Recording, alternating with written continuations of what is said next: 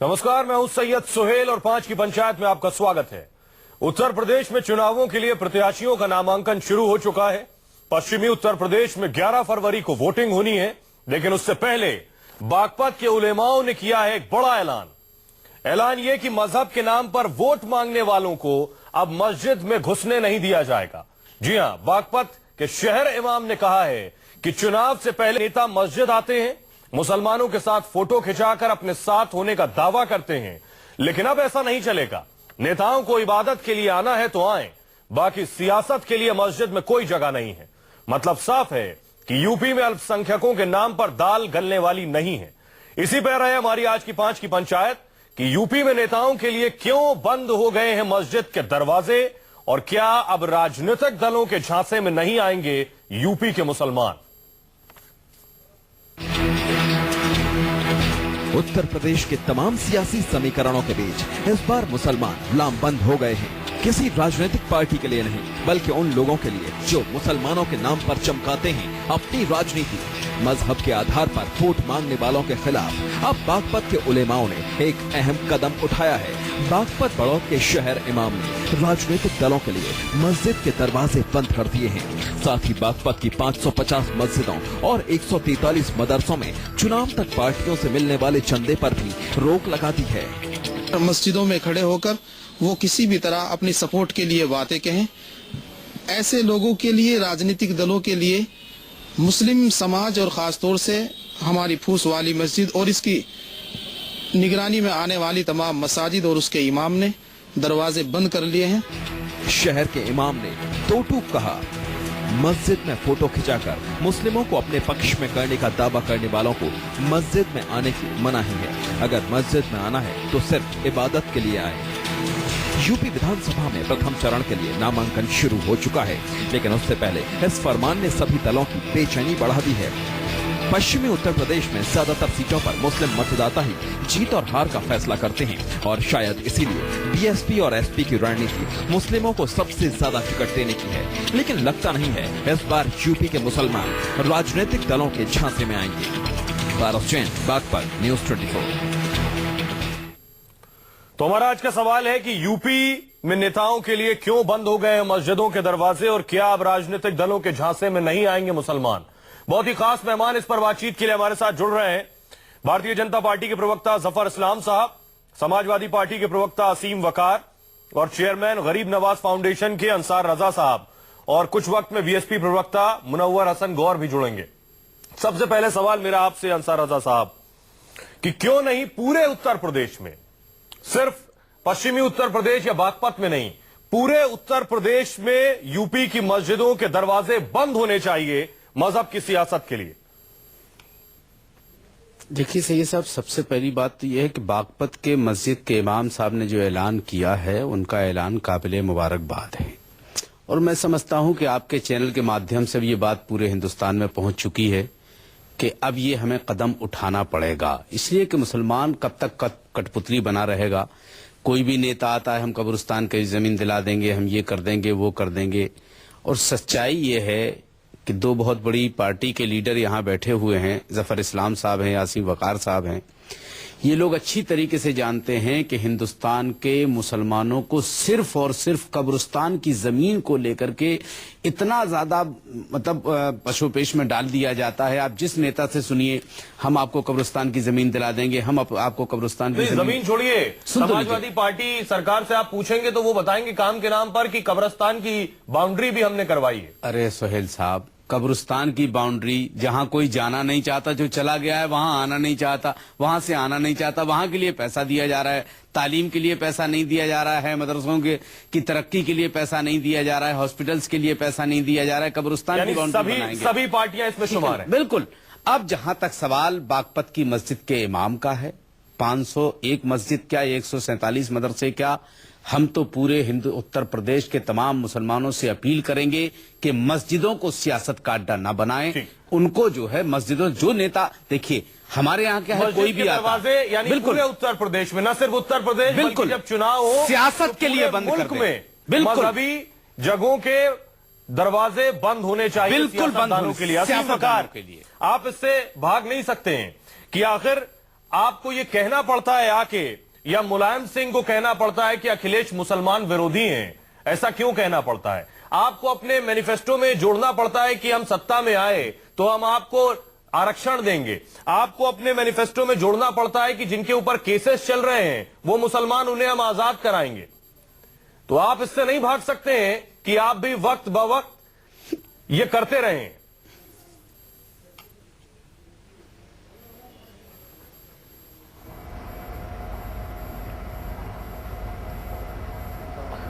देखिए सोहेल साहब, सबसे पहले तो जो इमाम साहब का उन्होंने ऐलान किया है बागपत में, उनका खैर मकदम पूरे हिंदुस्तान में बहुत जोर शोर से होना चाहिए, क्योंकि इस्लाम में पहले ही से कहा गया है कि मस्जिदों को सियासत का अड्डा ना बनाओ। दीन अलग है, दुनिया अलग है, सियासत और दीनी मसाइल मिलकर नहीं चल सकते। सर मस्जिद मैं इमाम साहब का खैर मकदम करता हूं। मजहब को दूसरी सियासत बात जो का आपने अड्डा मत आरक्षण बनाइए, की बात ये बोलिए तो समझ में आता या है। जो आपने बाकी बातें की, पहले तो मैं अंसार साहब से अपनी एक आवाज मिला दूं। जी सर नहीं, मस्जिद अल्लाह का घर है, इबादत का घर है, और जो इबादत का घर अल्लाह की इबादत का घर होता है उसे सियासत का अड्डा नहीं बनाना चाहिए। हम लोग इसकी पहले भी पैरवी करते थे, आज भी करते हैं। मैं जनाब अंसार रजा साहब से अपनी आवाज जोड़ना चाहता हूं। उन्होंने बहुत अच्छी बात कही कि मुसलमानों के जो मसाइल हैं वो कब्रिस्तान की बाउंड्री और कब्रिस्तान की जमीनों तक महदूद नहीं है। वकार साहब, आज हिंदुस्तान में जिस तरह से हमारे बच्चे तालीम पा रहे वकार हैं साहब, और जिस वकार तरह साहब से मेरी हमारे आवाज आपको बच्चों कुछ के डिले सामने पहुंच रही है, मुस्तकबिल कुछ वक्त सामने खड़ा है, इसलिए मैं हमारे जो आपसे मसाइल सवाल दूसरे जानना हैं। चाह रहा हूं सुन लीजिए सर, हमारे सर, मसाइल आप दूसरे हैं। अंसार रजा साहब के हमारे साथ मसाइल आवाज हैं मत रोजगार, मिलाइए। हमारे मेरा मसाइल सवाल हैं आपसे शिक्षा। ये कि आखिर समाजवादी पार्टी को क्यों अपने घोषणा पत्र में ये कहना पड़ता है कि हम मुसलमानों को आएंगे तो रिजर्वेशन देंगे? क्यों ये कहना पड़ता है कि हम आपके ऊपर से केसेस खत्म कर देंगे? ये मजहब के नाम पर सियासत नहीं है क्या?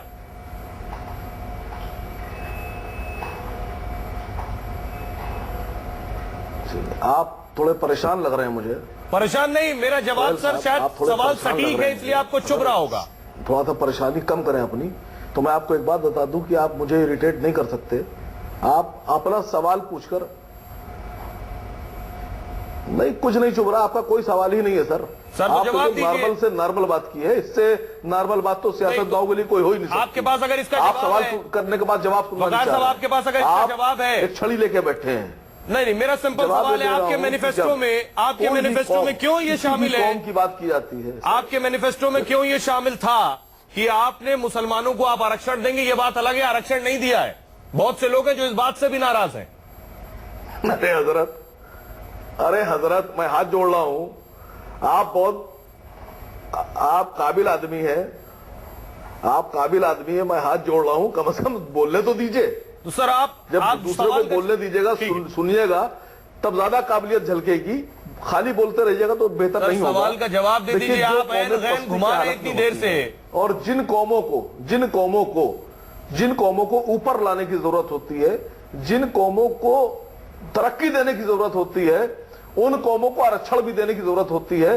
देखिए, जो कौमें ये अलग बात है, होती मिलता हैं, नहीं उनके है। लिए फलाह बहदूदी की बात करना, मैं समझता हूं कि सबसे बेहतरीन तरीका होता है कि किसी भी कौम की जो पस्ती की हालत में है उसकी तरक्की की बात करना, उसको तरक्की के लिए आगे लाना, आरक्षण देना, और वो हम समाजवादी पार्टी अंसार रजा के इस सवाल का जवाब देंगे क्या आप मुख्यमंत्री के बारे में कि आरक्षण की बात करते हैं लेकिन देते नहीं है? कि उत्तर प्रदेश में पहली बार पढ़ेगी बेटी बढ़ेगी बेटी, हमारी बेटी उसका कल, सुन लीजिए, हमारी बेटी उसका कल। यहां तक सवाल खड़े हो गए कि जो गैर वाजिब पार्टियां थी सर, जो धर्म की बात करती और राजनीति करती थी धर्म के नाम पर, और मुझे उन्होंने अफसोस कहना भी है शुरू कर दिया था कि एक मुसलमान की सवाल बच्ची मैंने को आपसे इतना 4 और बार दूसरे की पूछा, बच्ची को इतना। उसका इस तरह कोई की बात जवाब की नहीं थी। है आपके देखिए, पास। मुख्यमंत्री आप जी ने मुझे हर दिशा में काम ऐन किया गैन और हर रैन तरह घुमा के रहे हैं। आदमी के लिए काम किया ठीक है। है। हम समाजवादी लोग हैं, हम समानता की बात करते हैं, हम हक की बात करते हैं, हम ईमान की बात करते हैं, हम तरक्की की बात करते हैं, और आप हमें बात नहीं करने दे रहे हैं। ये सब देख रहे हैं, क्योंकि न्यूज 24 से नहीं। कल मुलायम सिंह यादव को ये बोलना पड़ता है कि अखिलेश मुसलमान विरोधी है। आखिर क्यों आपके संरक्षक को ये बोलना पड़ता है, और सिर्फ मुसलमानी क्यों बोलना पड़ा उन्हें? इसका कोई जवाब नहीं होगा आपके पास। मुनव्वर हसन गौर साहब, आपके सामने बीएसपी से मेरा सवाल ये है, सर मैंने गौर भी आपके साहब सामने एक बात बताई। वकार साहब आपका वक्त हो गया, सर, बाकी जवाब को भी तो हम सुन वक्त लीजिए। देंगे, माफ कीजिएगा। जब आप जवाब सुनना नहीं चाह रहे हैं, आपने सर कोई जवाब नहीं दिया किसी सवाल का। नहीं, मुझे आप बेहतर, आप एंकर अगर हैं तो आप सवाल पूछने के बाद कोई वक्त नहीं हुआ है, आपने सवाल पूछने के बाद जवाब देने की आप जवाब लेने की जहमत नहीं कर रहे हैं। 55 लाख औरतों को देंगे आप पेंशन दी गई है, उस पेंशन में 14.5 लाख मुस्लिम औरतें हैं। ये देखिए सर, आप लगभग 1.25 लाख लैपटॉप आपको मजहब बताना पड़ रहा है, मुसलमानों को बांटे हैं। आपको मजहब बताना पड़ रहा है। देखिए मैंने भी ये आपसे आपकी जिक्र मजबूरी किया, है, बढ़ेगी बेटी हमारी बेटी, उसका आपको कल बताना पड़ आप रहा है चाहे कि लैपटॉप 55 ले लाख लीजिए, में से चाहे कितने पेंशन ले मुसलमानों को लीजिए। आपने पेंशन दी है। आप पूछ रहे हैं तो बता रहा हूं, आप पूछ रहे हैं तो बता रहा हूं। मैंने सिर्फ रिजर्वेशन की आप बात पूछ की, रहे हैं बता रहा हूं। मैंने सिर्फ ये बात की कि मुलायम सिंह यादव को क्यों बोलना पड़ा अखिलेश आपने मुसलमान कहा कि विरोधी, हमने उसके काम बाद नहीं किया, तो हमको आपको ये बताना डेटा पड़ा हमने रिलीज काम करना किया। पड़ा कि आपने मुसलमानों के लिए क्या अगर क्या आप किया हमसे है। पूछिएगा तो हम दलितों का बता देंगे, मुनव्वर साहब, बैकवर्ड्स का बता देंगे, हम मुनव्वर साहब, हिंदू मेरा भाई- सवाल आपसे। हिंदू बहनों का बता देंगे, मुनव्वर साहब, क्रिश्चियंस को बता देंगे, वकार हम साहब सिख को आपके पास बता आएंगे। देंगे। आप हमसे डाटा वकार मांगेंगे तो साहब हम आपके आपको पास डाटा भी आएंगे। दे देंगे। मुनव्वर साहब, मायावती को आखिर बताना पड़ता है कि वो 97 मुसलमानों को टिकट दे रही हैं। मायावती को यह बताना पड़ता है कि बीएसपी को वोट नहीं दिया तो बीजेपी आ जाएगी। आखिर क्यों, किससे डरा रहे हैं आप? क्यों बता रहे हैं आप कि आखिर कितने मुसलमानों को आप टिकट दे रहे हैं?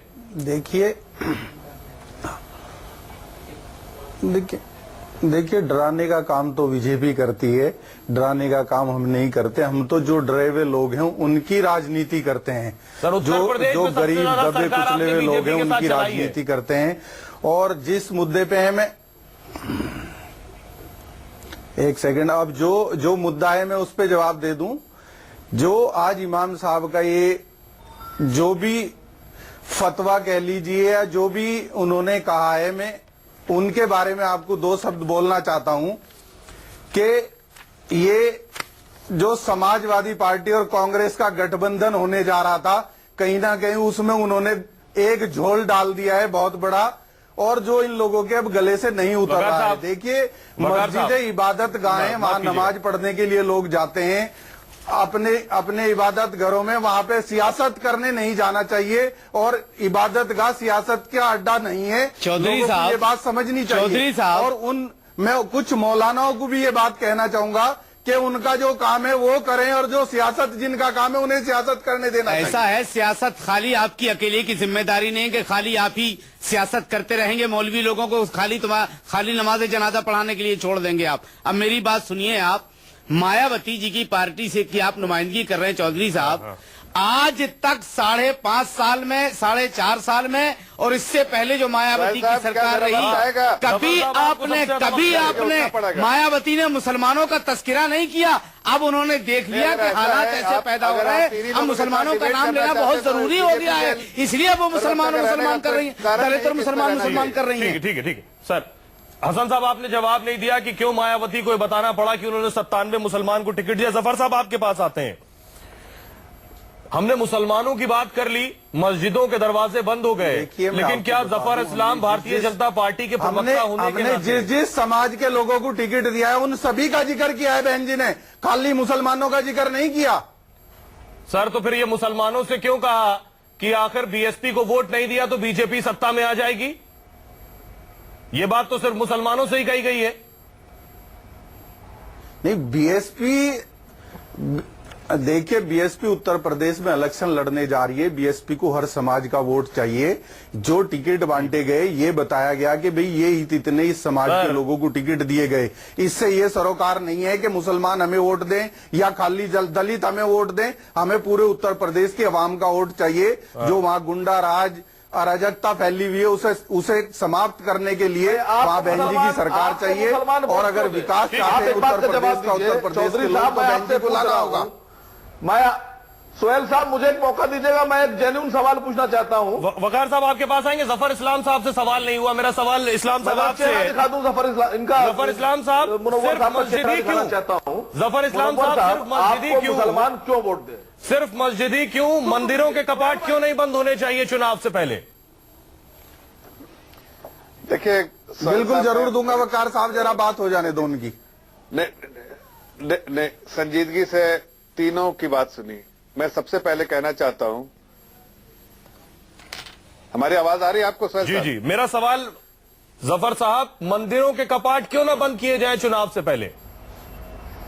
हाँ, बस सुन लीजिए, अभी आपने जो सवाल उठाया उसका जवाब दे रहा हूं। सबसे पहली बात कि चाहे कोई भी धर्म की जगह हो, वहां धर्म गुरु का काम है, लेकिन वहां पर सियासत का कोई लेना देना नहीं होना चाहिए और न किसी जगह सियासत होती है होनी चाहिए।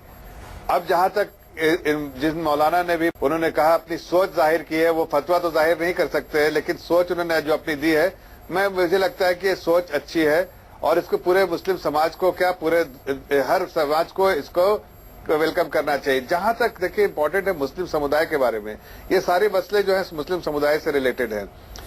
पिछले 70 सालों में मुस्लिम समाज का नहीं, एक मिनट सुन लीजिए। जफर साहब, आप सवाल से डाइवर्ट कर रहे हैं। मैंने बाकियों तो सवाल पूछ लिया, सवाल से डाइवर्ट नहीं करे, उत्थान नहीं हुआ।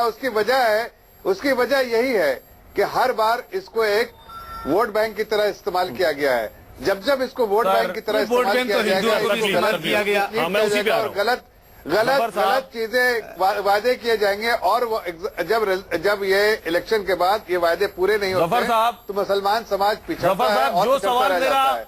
मैं ये कह रहा हूँ सवाल मेरा असीम वकार से था कि मुसलमानों को आरक्षण के नाम पर आप मैनिफेस्टो में ऐड करते हैं। सर, सालों से आपके मैनिफेस्टो, सर प्लीज, सालों से आपके मैनिफेस्टो में ये ऐड होता है कि सरकार में आए तो मंदिर बनाएंगे। आप सालों से, चाहे योगी आदित्यनाथ हो, साक्षी महाराज हो या साध्वी निरंजना हो, आप इस मजहब की सियासत से खुद अपने आप को बाहर नहीं कर सकते हैं।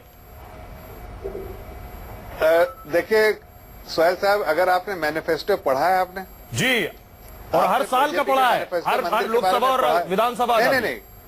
नहीं, तो पढ़ा है तो आप मिसलीड मत कीजिए। उसमें साफ साफ दो बातें लिखी है, या तो मंदिर बनेगी लोगों के कंसेंसस से या बनेगा कोर्ट के ऑर्डर से। सर, इसके अलावा क्या लिखा है उसने बताइए? सर, एक पॉलिटिकल पार्टी जिसका, सर मेरा सवाल, एक पॉलिटिकल पार्टी जो चुनाव लड़ रही है देश में सरकार बनाने के लिए, राज्य में सरकार बनाने के लिए, एक पॉलिटिकल पार्टी जिसके लिए हिंदू, मुस्लिम, सिख, ईसाई सभी हैं, क्या उस पॉलिटिकल पार्टी के लिए किसी मजहब की मस्जिद या मंदिर बनाने का जिक्र हो सकता है? यह गैर मजहबी नहीं है? क्या आपने यही मैनिफेस्टो ठीक से पढ़ा नहीं, जहां पर माइनॉरिटी कम्युनिटी के उत्थान के लिए बात की गई है? अभी मैं मस्जिद और मंदिर की बात कर रहा हूं। उसका शिक्षा नहीं, आप मस्जिद मंदिर क्या है? मस्जिद और मंदिर क्या है? ये एक धर्म का पार्ट है। आप इसको अलग से आप यही सवाल, आप तो सीधा इधर आ जाइए कि क्या आप बीजेपी के तरफ से कोई पंडित जी हमारे खड़े होकर के ऐलान करेंगे कि कोई भी नेता मठ में नहीं आएगा, मंदिर में नहीं आएगा वोट के लिए? क्या ऐसा होगा क्या बीजेपी में, जैसा हमारे मौलाना ने किया? क्या आप कर सकते हैं क्या? अंसार रजा साहब, आप काफी सालों से बहुत सारे पॉलिटिकल पार्टी को देख रहे हैं, क्या ये आप कह सकते हैं कि हमने कभी अपीजमेंट की पॉलिसी अपनाई है? बताइए। आप तो मौलाना है, नमाजी है, आप बताइए। आप कम से कम इस नेशनल टेलीविजन पे झूठ तो नहीं बोलेंगे। कभी अपीजमेंट की पॉलिसी हमने अपनाई? हमने कहा सबका साथ सबका विकास कहा है। सर, जब हमने आप कम्युनिटी को साथ लेके बढ़ने की बात की है, हमने कहा डेवलपमेंट की बात की है, हमने लोगों के एजुकेशन की बात की है। अभी वकार साहब कह रहे हैं मुस्लिम समुदाय, देखिए हम सब मुस्लिम समुदाय के चारों लोग, पॉलिटिकल पार्टी हमसे ज्यादा, और आप भी पॉलिटिकल पार्टी, आप एंकर भी मुस्लिम है, आप जानते हैं कि मुस्लिम समाज अगर पीड़ित है, एजुकेशन नहीं मिला है और एजुकेशन नहीं मिला है, इस कारण जब साक्षी महाराज ये कहते हैं कि 4 बीवियां 40 बच्चे नहीं चलेंगे, नहीं चलेंगे, एक आदमी बीजेपी का खड़े होकर के कहता है कि गांधी का नाम हटाया जाएगा, उस वक्त क्यों आप सबका साथ सबका विकास की बात नहीं करते? सर, जब पॉलिटिकल पार्टीज किसी मौलाना, जब पॉलिटिकल पार्टीज किसी मौलाना, किसी इमाम, किसी मुफ्ती, किसी साध्वी, किसी महंत, किसी स्वामी को टिकट देते हैं तो बिना बोले वो मजहबी दीवार खींच देते हैं। आप लोगों को खुद इसकी स्क्रूटनी करने की जरूरत है और मंदिर और मस्जिद सभी के कपाट उस वक्त बंद करने की जरूरत है जब चुनाव आ रहे हो। बेशक आप ये कहते रहें और चिल्लाते रहें कि हम मजहब की सियासत नहीं करते, लेकिन देश बखूबी जानता है। बहुत बहुत शुक्रिया आप सभी मेहमानों का। एक छोटे से ब्रेक के लिए रुक रहे हैं, वक्त कम है, आप सभी से माफी चाहूंगा। लौट रहे कुछ ही पलों में। 5 की पंचायत प्रेजेंटेड बाय